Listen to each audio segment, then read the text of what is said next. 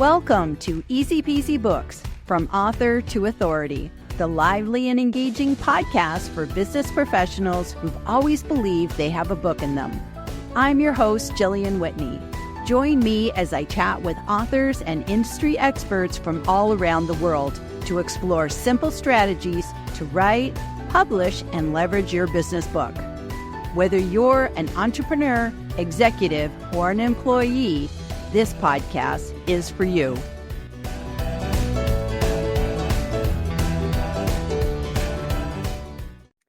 And hello, and welcome back to another edition of Easy Peasy Books podcast. And today I have a lovely friend who is on the show today. I'm so excited to finally have him on. I worked with him before on a podcast, but this is the first time he's been on my show as an author. So before we get stuck in, Felipe, can you please introduce yourself and let people know who you are and what you do, and then we will get stuck into your author's journey. Sure. Thank you, Jillian. It's great to be here, and thank you for inviting me on the show again. I always love watching your show, and I love being on it even more. But I'm Felipe Cofiño. I've been an HR executive for 3 decades, and that's been my passion, is about workplace wellness, creating workplace culture, recruitment, and just creating a good workplace experience for employees. I'm also a career coach, founder of Cofiño Consulting, where I offer services on the side. And obviously I'm a LinkedIn enthusiast and most recently a LinkedIn top voice. But the most recent accomplishment was one that I dreamt about 20 years ago and finally came to fruition, which doesn't really go with all the other things I just mentioned, which is I published a book, but not just any book, a children's book called Miranda and Max, which is a little love story to my daughter. Yeah. That's like, you touched my heart with that one. That's beautiful. That's beautiful. And I love this because, we always assume that we're going to write a book that's aligned with what our profession is, So I'm an author, so I wrote about becoming an author, different things like that. So, or our expertise and leveraging that. And you've written a children's book. Now, this is not your first, rodeo. You've done some collaborative books where you've been part of anthologies. And so, you've kind of, you've dabbled in the book world by being part of other book projects. But this is your first solo project. So I want to focus on this one today. And I think that, what kind of strikes me is that here you are, a LinkedIn top voice. So, congratulations on that. You have well over, I think, 35,000 followers and counting. So you have built a huge platform on LinkedIn. You're very, very well known. And yet here you are with a children's book. And yet you promoted your children's book on LinkedIn, which was like ding, ding, ding, ding, ding. That says something about LinkedIn because it's not always B2B. It is sometimes B2C. And we have to remember everybody on LinkedIn, knows somebody or might be somebody who's a parent and has kids. So you have a huge audience there, potential audience as well. So let's first of all, let's talk about your journey to writing this solo book. So what inspired you? Where did this book even come from? Well, you mentioned briefly the 2 other books I co-authored. Those were books, one was about LinkedIn and one was about my family, which for someone who did not think of himself as an author, my publisher was like, trying to get me part of this collaboration. And when she said, write about LinkedIn, something you're passionate about, I'm like, okay, I can write a chapter. And when I wrote a chapter about my family, those 2 things opened up my eyes to, well, maybe I could write that children's book that I thought about 20 years ago. And because I always had the story in my head, so I put it down on paper, and then I was like, well, the whole graphics, the illustrations, I like to draw. All my life I've been a closet sketcher. I have multiple, 10 sketchbooks full of drawings, but I haven't been good at drawing people. It's been landscapes and animals mostly. So I drew some landscapes of different animals that I have in my backyard. And then I finally said, maybe I can use AI to help me cartoonize the things I can't draw, like my daughter, and draw my dog the way he looked. I could draw a great dog, but it might not look just like my dog. And so I used AI to cartoonize them. And then I said, okay, take my sketchings and make them a similar cartoon as to the ones you made of the daughter and the dog. And there I was like, okay, this is cool. I can do this now, and it won't take me 3 years of sketching and perfecting every single page and every single movement. And so I allowed AI to help me with that. So I still feel like there's a part of me in there. I didn't do all the illustration. I won't say I ever did, but it just got me excited and allowed me to do it. And now I'm already working on the second book. Yay!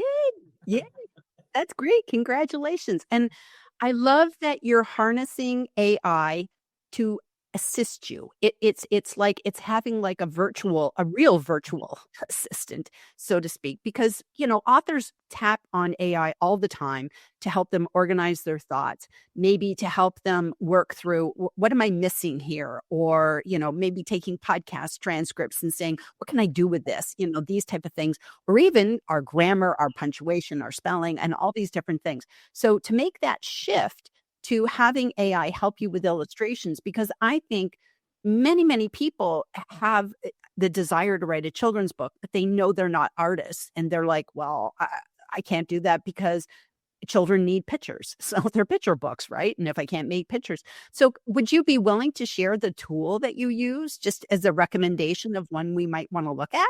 It's called Photo Revive AI.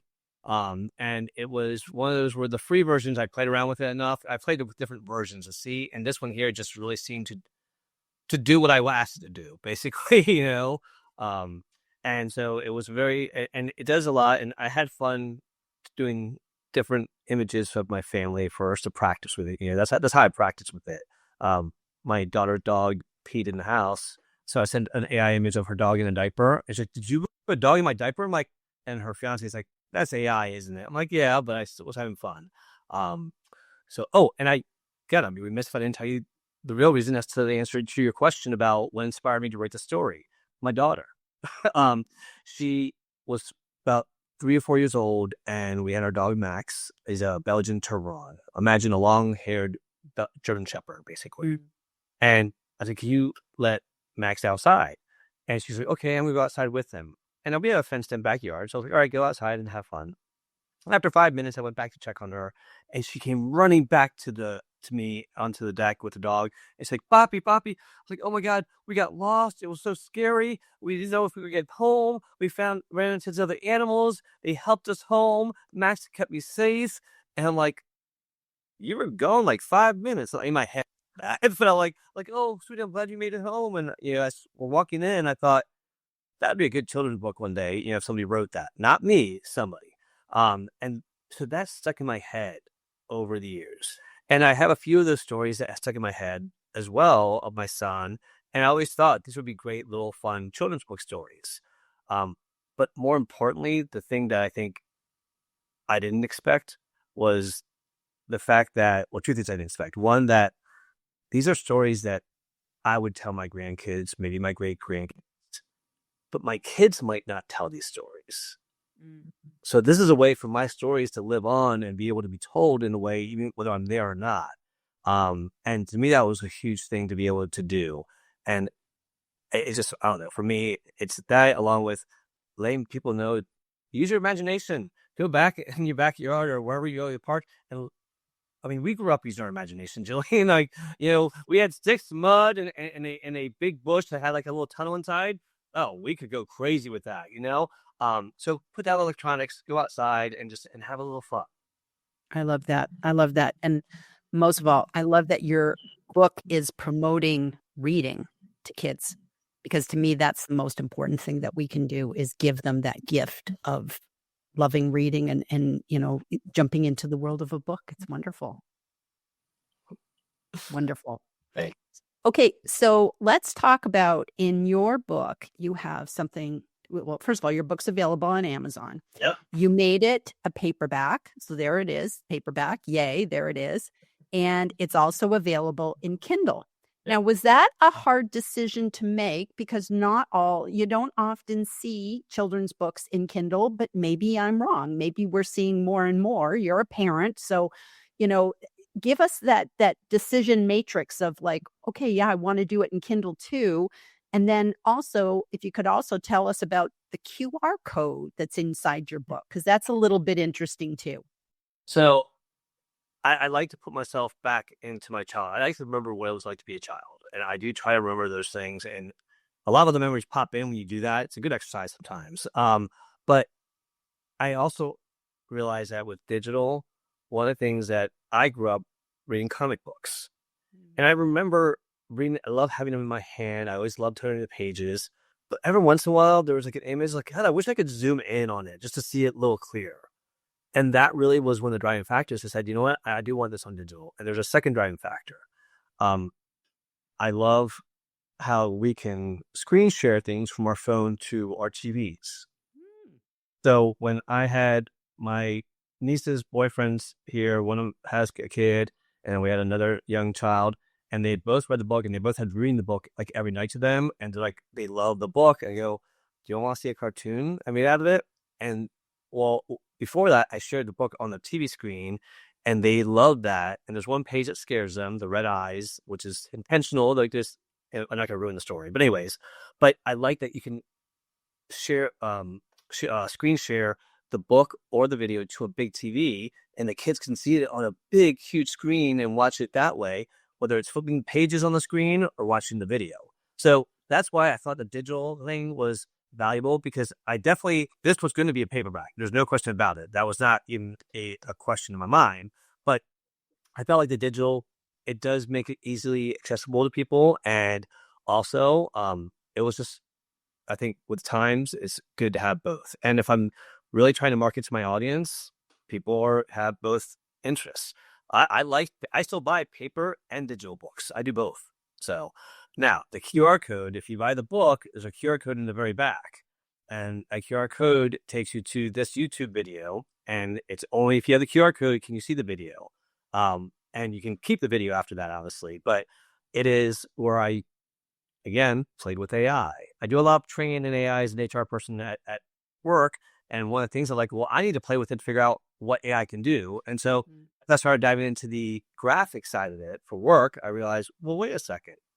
There's a video component here on this app that I mentioned. And I said, maybe I can take these pages and animate them. And so what I did was I took the pages, and do you mind if I play a quick clip of it for you real quick? Won't really work for the audio podcast, and so that, and it could, and if there's music, it could also, I can get into copyright issues. No. So the music was written, original music for the song by a gentleman named Mike LeBlanc, and it was beautifully written, and that is what I have with the cartoon version. So when you watch the cartoon version, all these pictures in the book here basically become animated, and you see them walking, you see them interacting with the different animals, and it really is something that allows you to just, again, see the book that you're reading come to life. And so the kids that have seen the cartoon, they're like, play it again, play it again, play it again. I'm like, okay. And one of the things that I always like to share is like, there's one part here, all these animals in here have a story. These are real animals in our book, in our backyard. This one here, we call him Sammy the squirrel. I have a picture in my kitchen, which I'll show you before the end of the show, that actually has a squirrel on the branch in our backyard that for months, we find him on that branch. Like, I'm just tired. I'm lazy. I'm tired, and I don't want to do anything. And we're like at first I was like, is he okay? But then you see him jump around with the other squirrels, and then he come back, and that was just his resting spot, and he loved it. But and then we have bunnies in our shed. And so I brought those animals into the book. I love that. I love that. So let's talk about how you've been using LinkedIn, because you're a LinkedIn top voice. You have a huge LinkedIn following. I know so much. You're always doing audio events and different things. So you're all over LinkedIn. So you have basically built yourself an incredible LinkedIn presence. So how did you leverage LinkedIn when you were launching your book? Because that's how I actually came across your unboxing video. And so can you tell us some of the things that you did on LinkedIn, sort of building up to your launch? Sure. So what I did was I definitely, I didn't talk a lot about it. I wanted to be, I mean, again, what's an HR guy doing writing a children's book? Two of those things always go together. So I wanted to wait. And what I did was I talked to my publisher and she had me lined up on different shows and she wanted to have a launch party. And I said, okay. And so we planned that. But I realized with the unboxing, we see those on TikTok, we see them on Instagram all the time. And every once in a while we'll see them. I mean, I've seen you do it actually, I think on LinkedIn before. And I think it's a fun thing, but when you know what's going to happen, it's kind of like, okay, we already know what the product is, but when you don't know what's going to happen, it's kind of fun. And so I wanted to attract people in that sense. I had never done an unboxing video myself. And then along those lines, what I also did was I was able to take the shows I did and use that to promote. Thank you. Use that to promote the book, the launch, and really tap into, like you said, my audience. If they're not a parent, they might be an uncle or aunt, or they might have best friends that just had a kid. There's always a connection somewhere out there that I don't know what to get this new kid. Give them my book. There you go. So it's something that I think resonates with everyone, regardless of what your profession is on LinkedIn. Children are kind of in our life, usually one way or another.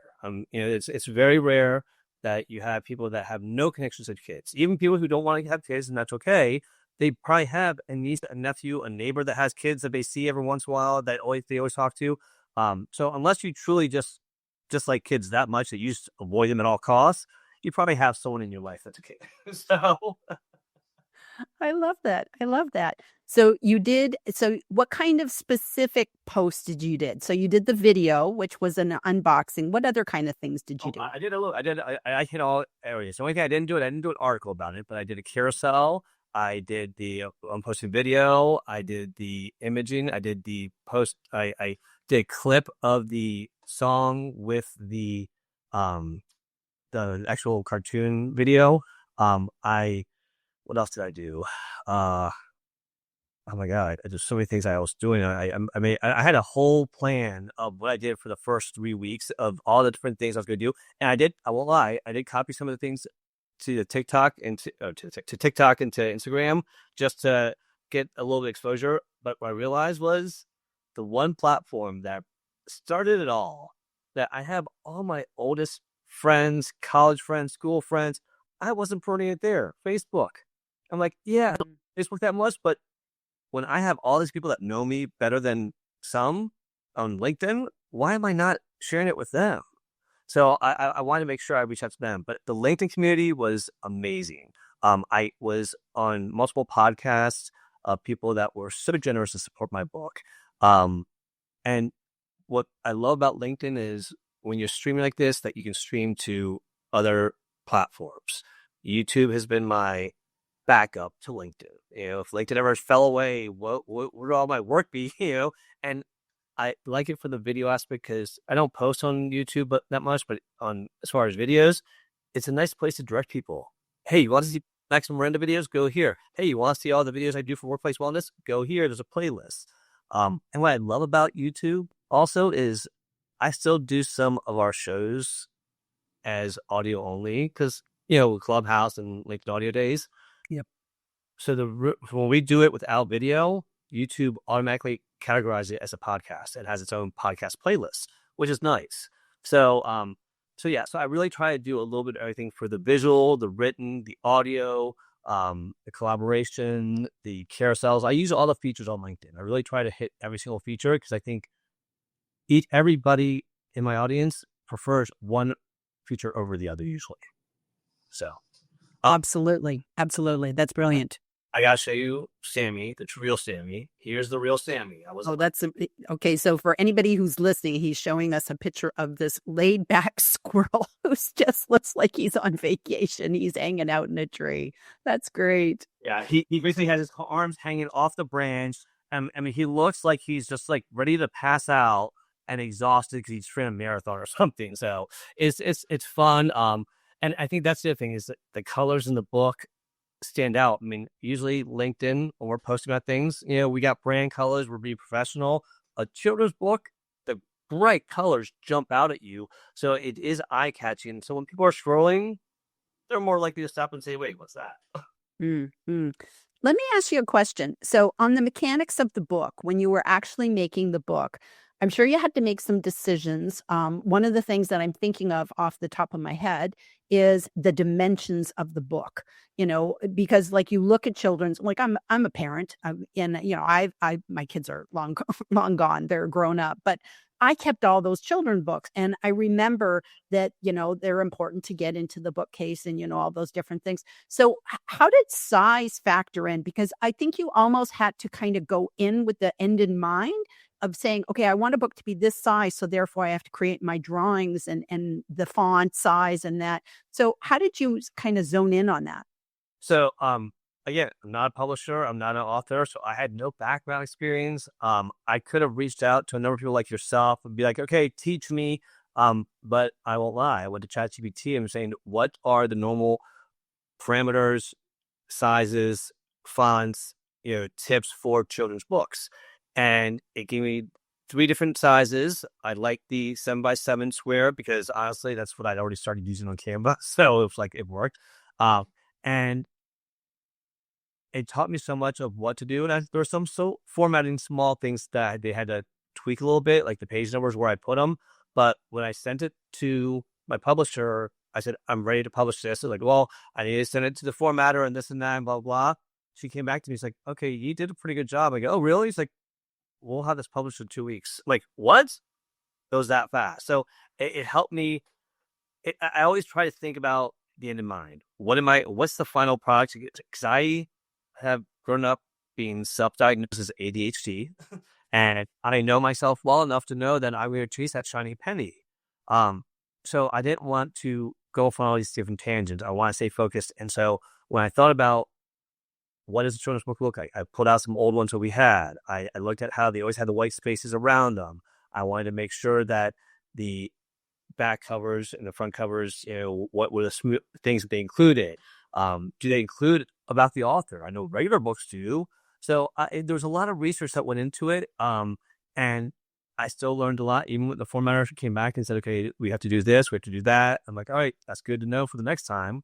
And now, as I'm doing the next book for my son, it's going to be called Backyard Adventures Presents Brady and Lucky, the One-Eyed Cat. Yeah, I love it. And so it's AI helped me really prepare and learn what goes into a children's book, because it is different. It's very different, and but yeah, it was fun. And then, of course, you with the children's book, you have to talk about your color because you're printing in color. And I know my last book I co-authored with Tina Jarvitt, who you know. Yeah. And when we did our book, Your Voice Matters, when we did that one, we had to figure out, well, Tina had all these illustrations that her beautiful little sketch notes, they were in color. And we just went, we have to print this in color. But there was different levels of color you could choose. And that was just like, oh, wow, you don't know until you're faced with that decision. And it significantly can change the price, the cost per book of what you're going to do. So which one did that affect you too? I was concerned about it at first, but then I said, you know what, I if there's a place that I'm going to invest a little bit extra, it was that part. And I want that to be the vision of what I had, because there's a lot of things I was willing to give in on, change on, and edit if I needed to. That wasn't one of the areas I was really willing to edit. Not only that, I have little Easter eggs planted throughout the book. So as people start getting it, they're going to start going, oh, wait, that was from the first book. And I realized it. And there's actually, I will say, on the covers, there's this animal that was in our backyard for like 10 years that we have a lot of ground covering on the right side of our yard. And it's about, I'd say, 6 to 12 inches high of ground covering.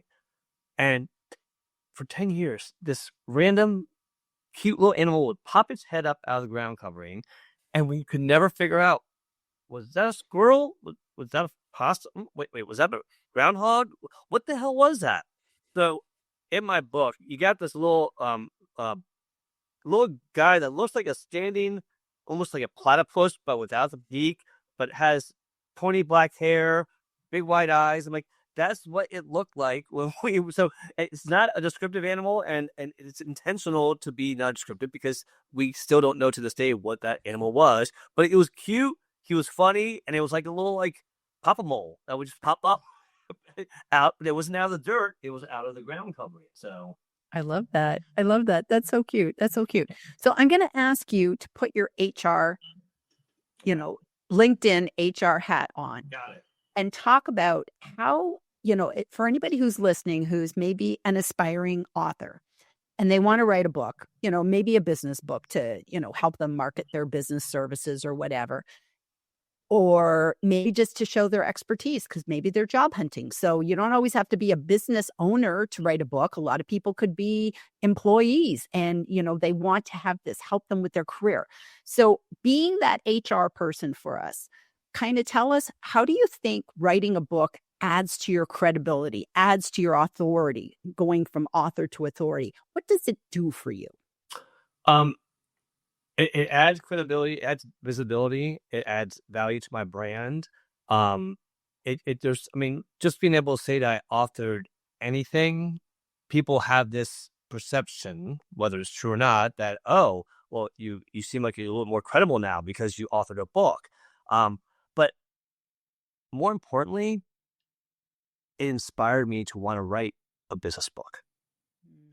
And that's where I've always had this pain point in my job of retirees leaving the company and us losing institutional knowledge, or here retirees saying they're excited about retirement and they retire and they're like, oh my gosh, I don't know what to do with myself.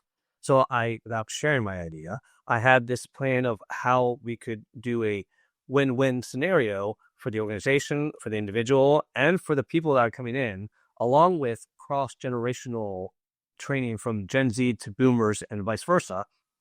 And so because I allowed myself to dabble in something that I was passionate about, that I felt was a little bit safer to put out a children's book than putting out a professional book.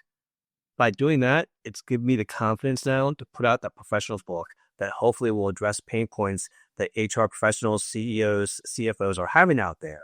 Because that's the part that I know what I have with 31 years of experience, that this will help and this can make an impact. I didn't have the courage to write it before. Now I have the courage, and I have the outline. I already have the chapters. I have 3 people that one's a financial expert, one's a managing director of a retirement firm, another's a CEO, that I'm getting their insights on how they've dealt with it. Because I want to make sure this is a valuable book. But I never would have spent this time, again, the children's book and getting those co-authoring. So I guess my message to people is, if you get invited to co-author something, even a chapter, just dip your toe in it. Try it out, because you never know. My world has exploded into something I never would have expected. And the fact that kids that I don't know I'm hearing that they love this book. This was a love letter to my daughter. This was not meant necessarily to be like, oh, I want to be the most famous children's book author. I mean, I'm an HR professional. That was my career. This really was a love letter to my daughter and something I was looking forward to do. The fact that it resonated with people has inspired me to continue doing it. So I have a 5-book series of this book. But during that time, I'm constantly working on that retirement book for the HR professionals and CEOs out there, because I truly think that that's going to be a huge impact, and that's going to only get more credibility. But people are definitely looking at me, and you know this. I mean, as an author, people look at you as, oh, you have a skill set that I don't have. And I tell people, don't assume you don't have it, because my grammar and spelling have been atrocious for many, many years. So I've relied on proofreaders, ChatGPT, Grammarly, whatever you want to call it. Don't let that stop you. If you have a good idea, there's things out there that can help you. I love that. I love that. And I love how you've basically said you're not only building your authority for other people to see, but also for yourself, and how it can lead to your own self-confidence. So I love that. So I want to ask you one last thing. You are bilingual. Yes. And so would you down the road think about maybe doing this whole series in Well, it's funny Spanish? you should say that because I just submitted the Spanish version of Miranda and Max to my publisher. That is going to be the only thing that's holding her up right now is I need to reset my password so that she can upload it. Otherwise, it's done. So that is going out. My family in Spain, a few of them purchased the English book, and they said, "Will you write it in Spanish?" And I said, "Only if you proofread it for me in Spanish." And so Spanish, I sent it to them. One of my nieces that grew up with my daughter, who's like close to my daughter's age, was the first one to respond. She's like, "I already proofread it, sent you my comments, here you go." And I love that they are now part. So I actually, she's mentioned in the book as translated by Felipe Cofiño and by her, because it's nice to have part of that family. So I feel like my family from Spain is connected to it. So yes, every book will be translated into Spanish. If I was speaking other languages, I would happily translate them, but I don't want to pretend that my French is atrocious. So if I try French, it would just not work. But the Spanish version will be out for all 5 books, and that's something that I look forward to doing. Especially because I think also if you're teaching kids how to read in Spanish or learn a different language, this is a great entryway to that. Absolutely. And I think it's awesome to meet people where they are. I remember when I lived in Israel, I found a copy of The Cat in the Hat in Hebrew.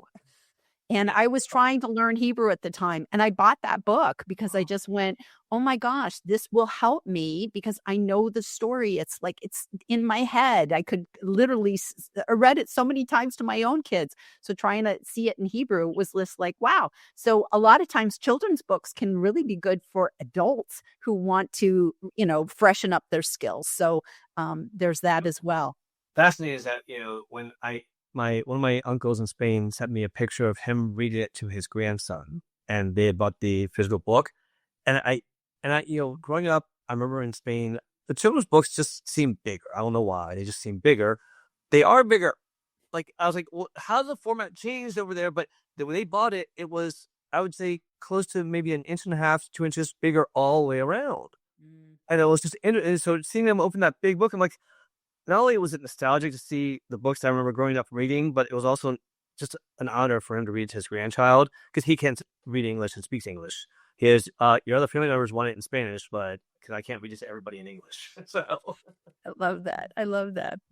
Well, we've reached the end of our time together. It always goes so quickly, so quickly. So thank you for being here today, Felipe, and sharing us your adventure. You just stick yourself on the cover because it's your adventure too. So I love it. It's not just your daughter and your dog. It's everybody's adventure. So I love it. I love it. So thank you for being here. And everybody else, we will see you all again next week. Okay. Bye, everybody.